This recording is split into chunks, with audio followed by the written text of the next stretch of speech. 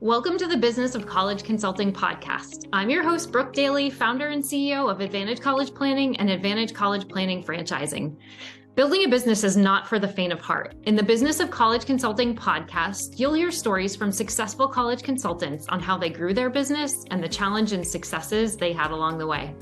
Grab your notebook and pen and get ready to be inspired. Hi, everyone. Welcome to the Business of College Consulting podcast. I'm your host, Brooke Daly, and I have the pleasure today of chatting with Hanna Stotland. Hanna, thank you so much for being with me. Thanks for asking me. I'm glad to be here. Yes, let's jump right in and get started. So I was just chatting with you about how I really appreciate your business model and your niche in this industry. I think you're, as far as I know, the only one working with the population you're working with. But I would love for you to get started with telling us a little bit about your origin story, because I love it. It's my favorite story of all of the origin stories I've heard from any IEC. It's super impressive. And so for those who have not had the opportunity to hear you speak at one of the national conferences, can you talk a little bit about your background and where you came from? Thank you. So I'm an IEC specializing in crisis management, and I got here by flunking out of high school. So I had a lot of mental illness challenges, but also this kind of misplaced rebellion where I thought I was a conscientious objector to high school. I thought it was like civil disobedience to refuse to do my homework. So I was enrolled up until the end because I was going to a progressive private school, but I got a GED and a job because my parents required that wisely. And after a couple of years of working at an entry-level job, there's a lot of wonderful things to say about, working retail, working minimum wage. But one of them is that it does light a fire under your butt to want to go to college. But I had no idea if a four-year school was even an option for me. I had terrific test scores and straight Fs my last three semesters. So what was I going to do about that? Applied to a whole bunch of schools, initially was denied everywhere, but a small women's college eventually agreed to put me on the wait list, accepted me late in the summer, went there, found that I was really good at college, but I did not like being at a tiny women's college. I tried to transfer out after a year of making A's there. Again, didn't get in anywhere. Wow. And after 2 years there, got into Harvard, Stanford, and Penn as a junior transfer. So off I went to Harvard. And after going through the admissions process 3 years in a row as a kind of controlled experiment, right. Just changing, holding a lot of factors constant, but shifting how many semesters of college grades I could show them. I was really interested in the field, so I got a summer job in the admissions office giving tours. And there's a spot in the script where you say, and this is what brought me to Harvard. And I'd say I got straight Fs my last three semesters of high school. I have a GED. I got here when I was 22, that kind of thing. And people were not expecting to hear this from their tour guide. And right away, this is in the summer of 98, right away after every tour, some family would take me aside and say, you have to talk to my nephew. He just got out of rehab and he wants to apply to college. Can you help us? What do you charge? And so right away, there was this kind of demand from the market saying you're proof of concept for something that we didn't know was possible. Yeah. And I didn't know it was possible. Right. Many people told me I was wasting my time. Right. And if I hadn't been through this, I might well have said the same thing. But the marketplace was saying we really value this experience and we want you to help us. And so I stayed at Harvard for law school and I had a 6-year legal career. But I was always doing a small amount of IEC work on the side and hoping to do this when I grew up. And so I left my last day job in 2013. So this is it's been 10 years that I've been full-time IEC with no net. So cool. So tell me about that transit. We have a lot of IECs in our industry who are former, attorneys, lawyers. So tell me about that transition. Because that's a big leap, right? I mean, it's a big leap for anyone in a full-time job to just say, I'm going to start this business. But tell me about that transition. Did your parents say, Hannah, what are you doing? They had at that point there were all kinds of, my parents had a lot of gray hair thanks to me. I'm the fourth of four daughters, so they thought they had seen it all by the time they got to me, and they had not seen it all. Uh, but Not done yet. so I actually had a transition job that made this very smooth. Mhm. And that was being a full-time career counselor at Northwestern Law and for one summer at Harvard Law. And Cool. so that I thought when I made that shift that that was going to be a long-term plan for me to be a law school administrator and to be a counselor in that setting. And really the work was extremely similar to IEC work in a lot of ways. I'm working with judicial clerkship applicants, helping them figure out, how do I present myself well? What's a reach, match, and likely job for me, given my credentials? How do I market myself? Like, what qualities, what strengths should I be putting forward in these applications? So a lot of the mindset and the tasks were very similar, just working with a different and a more adult population. Right. So that made it much smoother, especially because, as you can imagine, when I was practicing law, I did not have time for a lot of, for a side hustle. So I had, Right. a couple clients a year.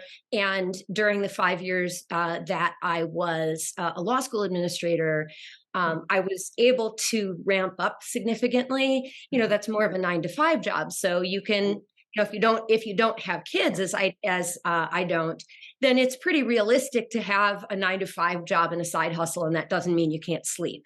So Right. that transition made it a lot easier for me.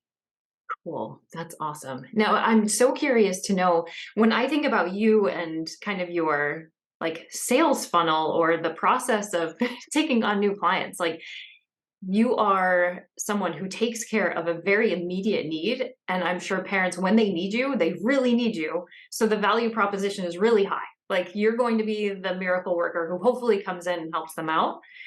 But then, like, because of that, how do you market yourself? Because I imagine a lot of parents are like, hopefully we'll never need Hana. So Mhm.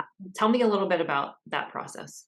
So almost all of my marketing is to fellow professionals and not to parents, because, as you say, everybody thinks, well, my kid's not going to melt down, so there's no reason to come to a talk at the library, right? And I did start out, and I am still open to what I call general practice. We're still at a stage in this profession where we don't have a lot of the terminology that has developed, let's say, in medicine or in law, to describe different specialties and different modes of practice.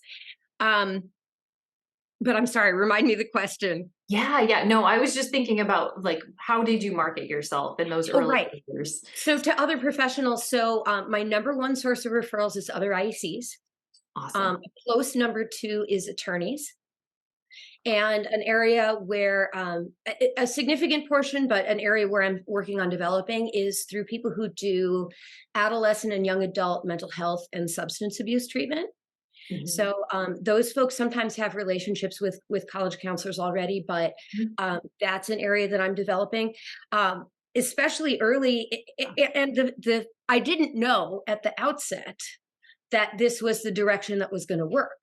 So I didn't know how big the crisis management Right. um, practice was going to be. I knew that they were out there, but I didn't. That didn't mean that I could make this work from a Right. marketing perspective. Right. I was very hopeful at the outset that school counselors might be a source for me, Cool. and my logic there, which I still like the logic, I just have never been able to make it work, Mhm. is, wouldn't you like to get this dog of a case off your plate? Right. So first of all, are you expelling a kid? Right? For the most part, you're not going to be working with that family anymore. They need help. Maybe give Mhm. them my name. But also, if you have a kid with crisis who is taking up a huge amount of time, Right. from your 3 or 400, in California, 500 other students that you have to worry about, Right. wouldn't it be great if that family had someone else to go to? Mhm. So on paper, it sounds good. I have not been able to make it work. Maybe once a year I'll get a call from a school counselor, and I do meet them. I'm a member of my regional ACAC as well as NACAC, and I speak at every place that'll have me, and I do meet them. I go on lots of flyouts. I meet them on campus tours and make friends. But for the most part, they do not send me families. Interesting. Yeah, yeah, I agree with you. It would make sense on paper that they would be excited to have you involved.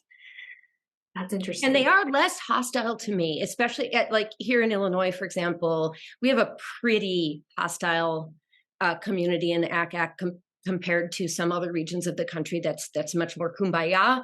But even when I sit down next to strangers at a conference, I'm talking about what I do. Sometimes even a very maybe I shouldn't say hostile, skeptical um, Yep. colleague. Sometimes I'll see them. I'll explain what I do, and they say, well, I can understand the role of an independent in that situation. Oh, Right. So I do, which, it's the thin right. end of the wedge, right? Yep. Maybe the specialists, they'll agree, okay, you're getting recruited by D1 basketball programs. Do I know that? No. And the school counselor who is coming into the question more skeptical about independence might say, okay, I understand why you would want an athletic specialist there. So I think those folks in the IEC side can help us try Mhm. and establish relationships with the some of our colleagues who are coming in with less of a positive impression of us. Yes, definitely. I know that's why I encourage so many IECs to present at your local ACAC or at least like try and network when you go to those conferences so they know that we're not, the other side. But it's not easy. And you're right, different parts of the country, I think, are more open than others for that collaboration. So, I've spoken at, I think, 11 different regional ACACs, including wow. a couple of super conferences. Yeah. And it's wildly different. It's kind of a Yeah. hoot. It's I bet. different on a number of different levels. Yeah. I spend half the year in Chicago and half in Las Vegas, so I'm thinking about switching from Illinois ACAC to WACAC, and I have spoken at WACAC before. So Yes. we'll see. That's a much more Oh, yeah. collegial Yes. ACAC Yeah. than Illinois. And I think is it 50% of WACAC members are IECs? So Is it's it like, that yeah, high? Wow. I think it's that high. Yeah, it's a lot. So makes sense. So I have a question for you that I've been thinking about is in your early years when you went through this process and you were successful getting into the Ivies, how did you know that this was going to work?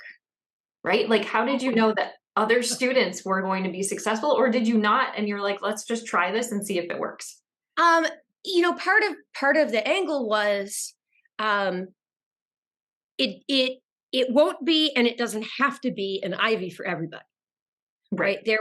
There were reasons why, in my case in particular, um, I mean, Harvard is kind of a shiny object, Yes. regardless. But it was extra shiny for me where um, I had had such a complete collapse Mhm. of my academic progression. It had enormous symbolic value to me, Mhm. Right. that you have come back all the way, Yeah. right? That there's Yeah. there's there's no way that you would have a shinier object had Right. you taken a more conventional path. And I think it would have meant much less to me Mhm. on a different kind of a path. So that's the first answer to the question is everybody's path is going to look different, but it did tell me, look, if this works with Harvard, or at least in an extreme situation, it can work with Harvard, then it tells me there's more potential out there than people may realize. Right. Because Yeah. this is an institution that doesn't have, even 25 years ago, this is an institution that doesn't have any reason to bend over backwards for anybody, Right. right? They Exactly. don't have any reason to be generous. Right. They are, I mean, like all institutions, but especially they're coming from a place of so much market power that they don't have to accommodate. Right. Exactly. And so that was an indication to me. Um, there are people out there, and and I had gotten in Stanford and Penn, Right. and so I was like, so clearly, um, at least in many cases, it's not BS when they say we're really reading this individual. Mhm. Right. And it was proof of concept that way, Mhm. that oh, well, we don't see the GPA we want, so we're going to feed your application to a goat, Right. which is how it can feel, right? I understand Exactly. why, Right. Mhm. that's for sure how it felt the first time. Yep. I Um, bet. I bet. so it was a powerful thing, and people were bringing me these cases. People would hear, my mother would tell her friends, um, I'm going to paraphrase slightly. She wasn't quite this crude, but she's, remember my loser child who was living in the basement? You'll never guess what happened. And they'd say, and she talked to my kid. Yes. Right. Yes. So I saw, you know, um, kids who were more dropouts than flunkouts. Kids who had just been like, I prefer not to, right? Kids who Right. had just said, this conveyor belt, this college conveyor belt is not working for me. We're doing something else. Lots of mental illness, lots of substance abuse, lots of students who had just every kind of nonlinear path, who had said, well, I'm going to go and be an EMT, and Mhm. that's going to be my career. And they went through that training and did that work, and then said, you know what, actually, I want to be a nurse. Mhm. But somehow I'm going to have to explain this trajectory. Yes. Love it. Love it. Yeah, I mean, y I just think that at that point in time of a student's life, like, there are not many people who can really truly help them through that process. So I just think it's so cool that you played that part and that you're there for them at such an important time. Well, and then I started to see more and more students who were disciplined. Mhm. And Right. so after you have been kicked out of high school or college, Mm. then the families really feel like, well, now we're done. Yeah. Um, I regularly see families who have contacted me after the kid's been out of school for 3 or 4 years, Wow. because even fairly high information parents who are college grads will Mhm. say, well, he got expelled from college. Obviously, he can't go to another college. Done. Right. Right. Right. And so he had just been working for like 3 years, and then they saw me on TV or something, Mhm. and they're like, oh, maybe we should call her. Maybe he could go to college. Yeah, he can. So cool. I love that. Yeah, and I'm sure a lot of parents just give up. Like, they just think, "Oh, that's the end," right? That's Or right. students too, so wow. So when you made the transition to do this full time, what were your worries or fears from a business perspective? I am a really, really conservative person when it Mm, comes to money. Um, I am, in retrospect, grateful. So there was a dean transition that happened at my previous institution, mhm, and that's often how. If those of you who've worked in higher ed, mm, that when there's a new dean or college president come in, they often bring in their own staff members in key roles. So the writing was kind of on the wall for that work, or that particular job. And I was very, very reluctant um, to give up the paycheck, even though, frankly, I was really poorly paid. Even of compared course. to the other institutions in Chicago, we were so underpaid. But the certainty of it and the security of it was Sure. really hard to put aside. So there were two factors there. One was financial, and one was health insurance. So part of the reason that I had gone to law school was Mhm, because I have pre-existing conditions, and I was uninsurable at any price mhm. on the open market. And I knew that. And there wasn't like a husband on the horizon, which, in our bizarre system, that is supposed to have something to do with your your ability to access our health Oh, insurance system. mhm. I needed a man for that. That's ridiculous. We're talking 2012. It had to be a man, which is so Crazy. another level of absurdity. Mhm. So anyway, the that was a factor that shaped everything for me. And in 2012, there was a Supreme Court case basically upholding the key provisions of Obamacare that would allow me to buy my own health insurance. And I was like, oh. This is it. So This is the ticket. that's actually, and this was around the time the dean transition was happening. And I was like, this is on the table now. Being an entrepreneur is on the table now where it wasn't before.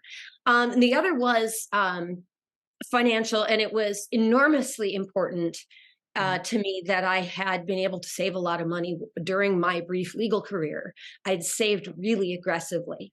And Mhm. so I was able to put aside what I thought I would need to live on for 3 years in Wow, cash. good for you. That's how scared I was. I don't think that, I don't advise being that conservative. I think if you have enough to live on for a year, Right. and you want to Okay. launch your IEC Yeah. practice, go ahead. Right, Right? right. If you have some, I'm not saying go, it's that you should risk living on the street or starving your kids, but that you don't need to be as conservative as I was. Right. But that's what I put aside, and I never touched it. And I was able. You. It wouldn't have been. I sure don't want to live on what I made that first year, but I covered the mortgage, Right. which is really all you really need. Mhm. Again, if you don't have kids and those kinds of responsibilities. So yeah, that was extremely difficult for me. And I think this, advice is almost beside the point, because I think a lot of this has to do with our wiring.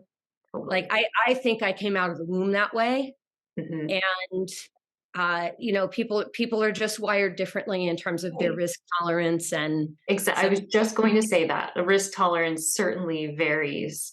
But it is interesting to me. I mean, because I'm a very risk averse person, but now I realize I'm like, oh well, maybe I've miscategorized myself because I have taken calculated risks. But yeah, I think starting out, when I think about the first few years of my business, I certainly would never want to experience that again. Just the stress of feeling like, I went from the full-time Mhm. job with the salary and benefits to nothing Right. and building it from scratch. So I completely appreciate, And the I did get married. I met my husband the same month, or 1 month after I left the day job. So everything so came together. cool. Yeah. And he was a professional poker player.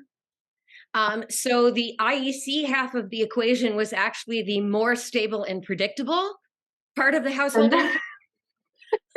And now he works for me. So he still plays poker professionally, but that's a side hustle for him now, and he primarily manages my practice.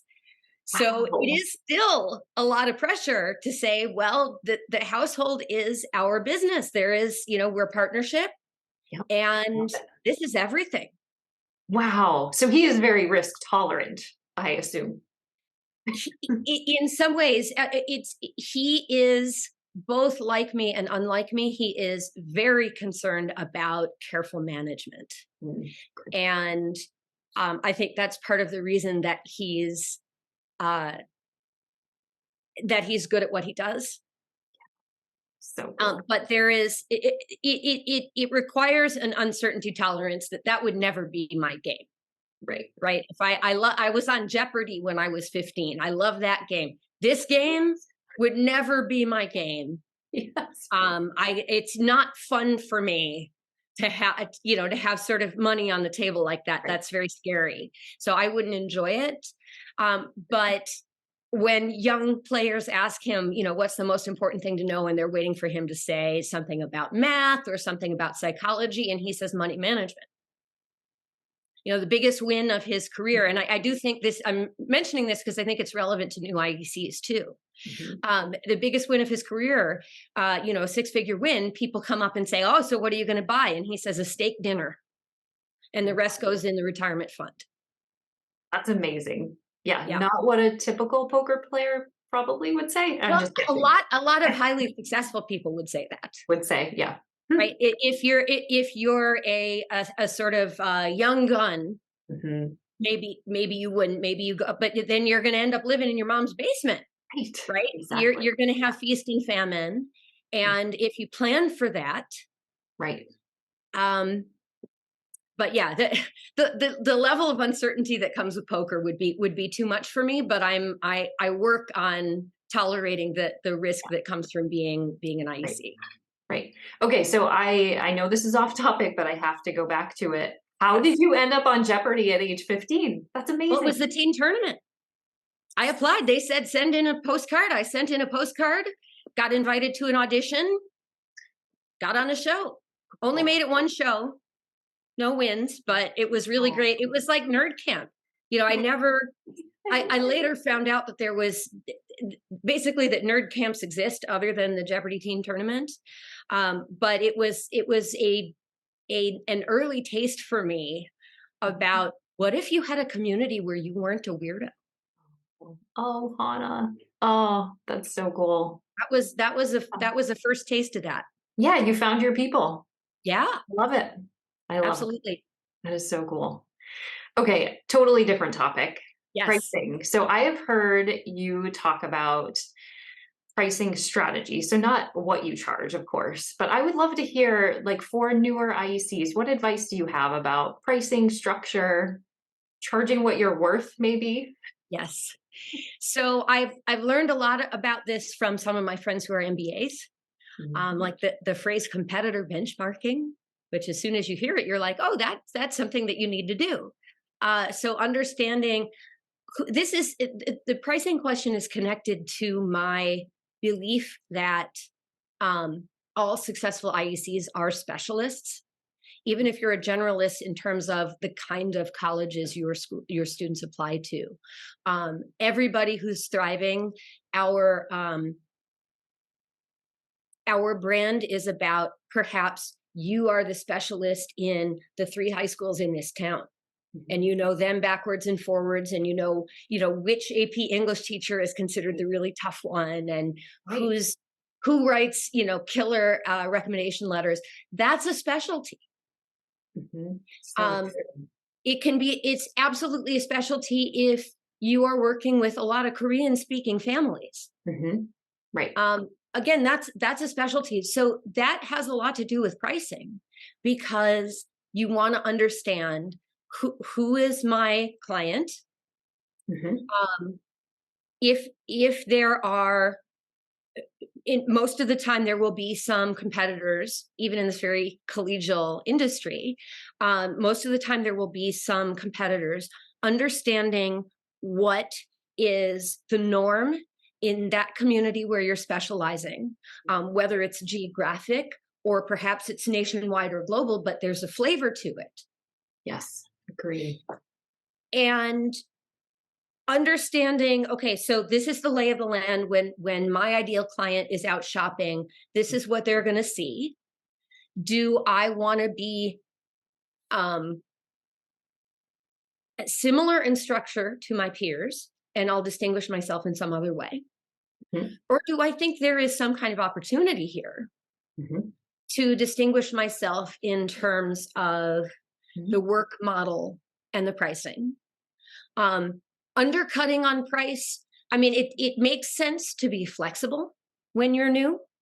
Mhm. But remember that pricing is as much about branding as it is about getting paid.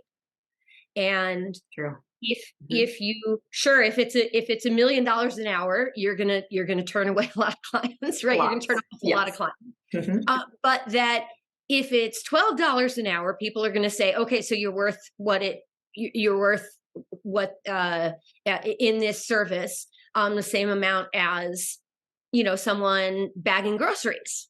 Right. So I could hire the grocery bagger to advise me on this. And so somewhere in that vast middle is the right message. And there may well be trial and error involved Mhm. in figuring out what is the right balance of branding that you are a valuable professional with expertise that matters, Right. and making families feel like you in your target market that you are accessible and realistic for them, Mhm. and you can make a living. Exactly. Exactly. Yeah, I love that you mentioned trial and error, because I Mhm. think it's important for especially newer consultants to know that you can raise your prices. Like, you can change them Mhm. and you or lower them if you need to. But I'm a believer that price equates value. So to your point, if parents are shopping around and they see you're the least expensive, what message is that sending? Mhm. You certainly don't want to be the bottom of the, nobody wants to hire the cheapest accountant, attorney, service provider, because what is that valuable? No. So yeah, really good points. Yeah, and on the topic of charging what you're worth, I mean, this is a big theme for me because I see so much with, especially with women entrepreneurs, and we're in a caring profession, and one where there is an enormous need for free services that isn't being met. Um, we have this idea that somehow it is wrong to charge market rates, or that it is sort of my fairly cynical way of putting it, that giving a discount to rich people is Mhm. not DEI work. Correct. If you have an upper middle class or upper class clientele, where we're talking about surgeons and law firm partners and maybe hedge fund and finance people even, um, undercharging them does not help make your services more accessible. If you have a middle class clientele where your families are teachers and nurses and so on, then you price in a way that makes sense for that population. Mhm. Sure. Right, exactly. But it just, we have this idea, and we so often unwisely, unkindly uh, judge one another for this. We're being like, well, it's disgusting or unethical or whatever to charge X amount that the client thinks is worth it. Right. If the client says it's worth it, then it is. It is. It's just, that is Yes. what we Mhm. do has priceless emotional and Oh, psychological value, mhm. and it has a economic value that you can put a price on, Mhm. and both those things are valid. So Exactly. take pride in that. Mhm. And you can take pride in it if your teacher nurse families are stretching their budgets to pay for you because of all the value you're adding. Take pride in that. Yes. If you're offering excellent and ethical service, then the only thing dictating the price is you and the client, period. Mhm. I love that, Hannah. Love it. Yes, all of the confidence to And all of charge what I you need. need that reminder every single Yeah. time I'm talking to an audience about that. I'm talking to myself too. I need that reminder all the time. Mhm. Totally get that. Imposter syndrome is real. Yes. That's a subject we usually touch on almost every episode. We talk about imposter syndrome.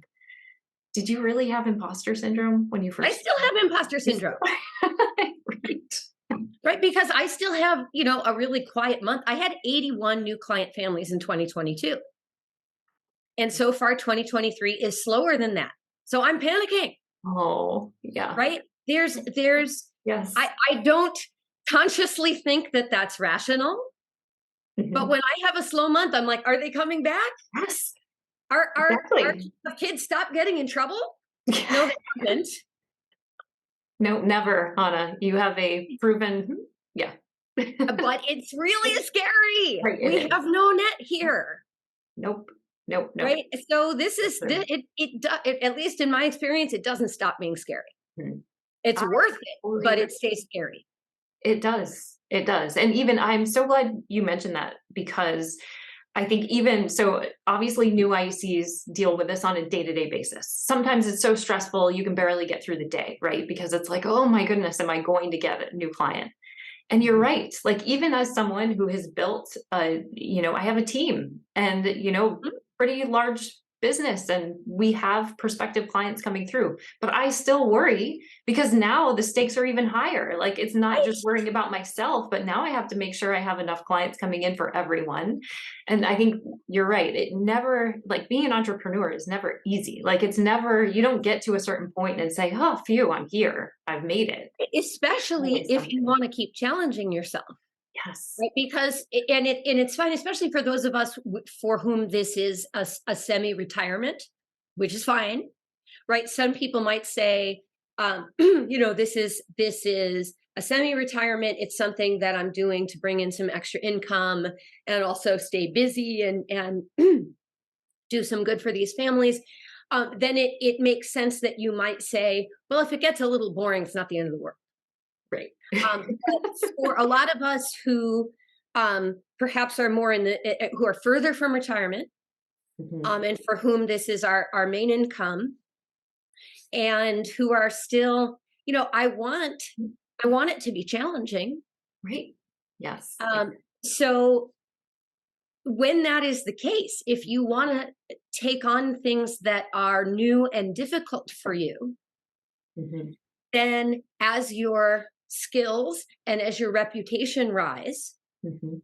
um, at the same time, the challenge of the work is going to rise, right? Yeah. I've got more Right. clients. How do I keep up with that and still have my lifestyle and still give them each the kind of concierge service Right. that I've been offering to my earlier families, or I'm dealing with a new set of um, difficult challenges. So, for example, in the last few years, I worked with a number of the varsity blues families. That was a new, right?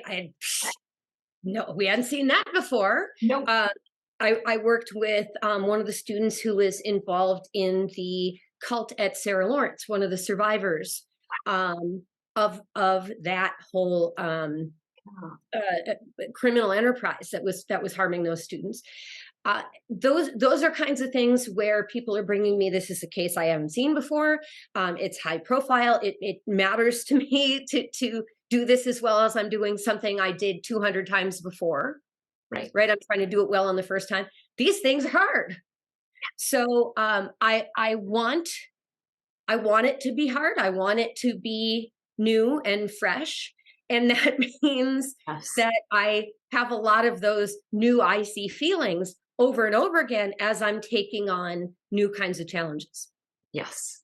I love that. I do feel like just to give the new IECs some confidence or some solace in that it once you do build up a client base, I think having that financial uh, success does give you a little bit more confidence. Like you don't, at least for me, it was not as stressful once I built that up and learned, like, okay, I can do this. Like people actually will pay me for these services. That part does get a little bit easier. But you're right, there is always in the back of your mind feelings of doubt or uncertainty. I guess it's uncertainty, but it does get better, right? I mean, it does Right. get. And I have chosen a real tightrope of a practice area Yeah. where, those of you, so my practice area or anybody who's doing therapeutic Yes. um, often are similarly working on an emergency basis. If you're doing general practice college work, then as you get to a point, you may be full 2 or 3 years in advance, Mhm. and then your worry is just, should I take on more people? Um, so you don't have to have the kind of uncertainty So 24 years in that I have 24 years true. in, or 10 years into my full-time practice. Right. um, if you're doing general practice college, if you want it to be a more low stress, predictable kind of Right. funnel, you often can achieve that. Totally. I love that. So can I ask you, what is your biggest like business challenge right now? Living with that uncertainty. Yeah. That Yeah. is that is the big business challenge. I mean, and that's the funny thing. Last year I would have said, I'm struggling to figure out. I Mm. haven't wanted to bring on another consultant because I don't want to be a manager. Right. And this year I'm not as busy Mhm. and I'm having no trouble keeping up with the work. Mhm. And so, I'm not just a risk averse person, I'm a high anxiety person. So, Yes, so that's a for me, lot. I'm like, how do I not live on the street? Right? Yep. That fear is very close to the surface for me. Mm. So, yeah, that's always a challenge. Uh, just dealing with that where this is a perfectly good year. Mhm. It's just that last year was fireworks and laser beams. Right. And so now I'm having an ordinary good year, and it feels like, well, I'm fading. Right. You know, I'm on the other side of the roller coaster. I'm on the way down, right? It Which could is not change at what any you asked moment, for. Hannah. Be careful what you wish for. Exactly. That's what my husband's always telling me. Yep. Right? We're going to be drowning. We could be drowning in 2 weeks. Exactly. You never know. So Yeah. that's just the tough part of an emergency practice, especially to some extent being an IEC, but especially being in my field. Yeah. Um, Yeah. so yeah, that I for me that has never gone away. Yeah. I completely appreciate that. So before we wrap up, I have a couple of final questions for you. One of them is I would love to know in those early years, like who did you lean on or what organizations did you lean on for, just the, resources or feeling like, because, we've talked a lot about the stress and the anxiety of starting a new business. So who was influential to you during those early years? So I started out in HECA. I'm now in HECA and IECA. Um, that collegiality Mhm. was a really, really great addition to a solo practice, Mhm. which can be a little bit lonely, especially before my now husband started working with me. Mhm. Uh, that aspect was a challenge for a huge extrovert like me because I get to talk to my students, but there's no you can't talk shop. Right. Uh, so that was very important to me. Leaning a lot. My mother is a psychiatrist, Mhm. but a huge part of her career, she's now retired, was leadership in her professional organizations. She always had a day job. She was head of this or that at different teaching hospitals, but I grew up at conferences. The four daughters, we would rotate who got to go. She went to several conferences a year, Mhm. and so we always got to travel with her, and she would bring one child on each conference. Mhm. And so I'd been to dozens of conferences by the time I was in college. So understanding how building that network and how that volunteering and that leadership can contribute to your reputation in your field Mhm. was a great thing to lean on. So whenever there was drama or politics, in our field, which is it's much less than it is among the psychiatrists, but it can be there. Um, then I always had a tremendous expert in um, professional organizations and using them as well, first of all, just loving your involvement in them and having that be a really fulfilling part of your career and having that being a fundamental part of your growth and your stature in the field. Right. I had a real expert to turn to, even though she wasn't an IEC. So cool. I love that. Like, I have a new mom goal. I'm gonna start bringing my kids to conferences.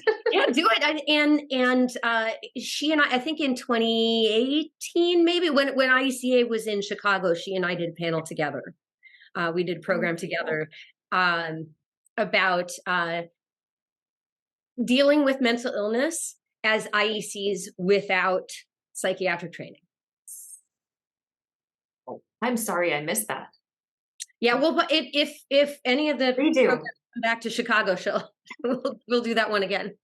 I love that. Thank you, Hannah.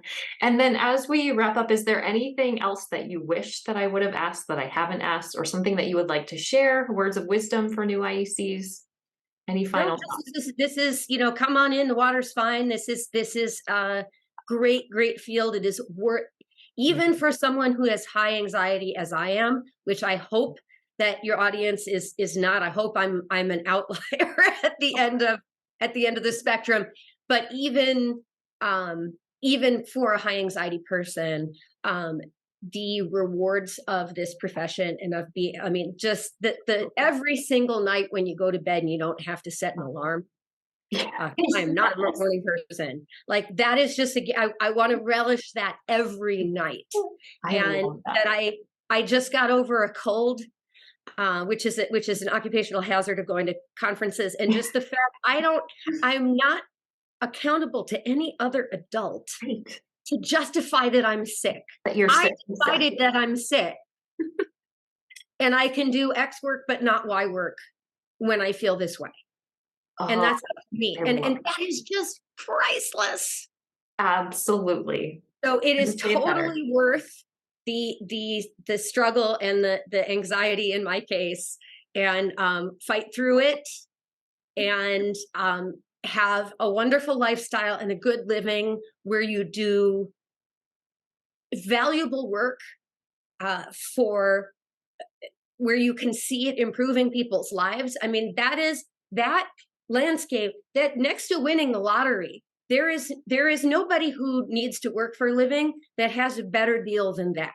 You know, do work that you love and care about for people who appreciate it on your own time and schedule in the way you want for the people you want. Love it. I could There's not no have said kind of that work better. that's better than that. No, I totally agree. I love that final message. I'm just gonna like stop you right there. That's Okay, perfect. great. Hannah, thank you so much for being on today. It was such a pleasure. Thank you so much for having me. It was lots of fun.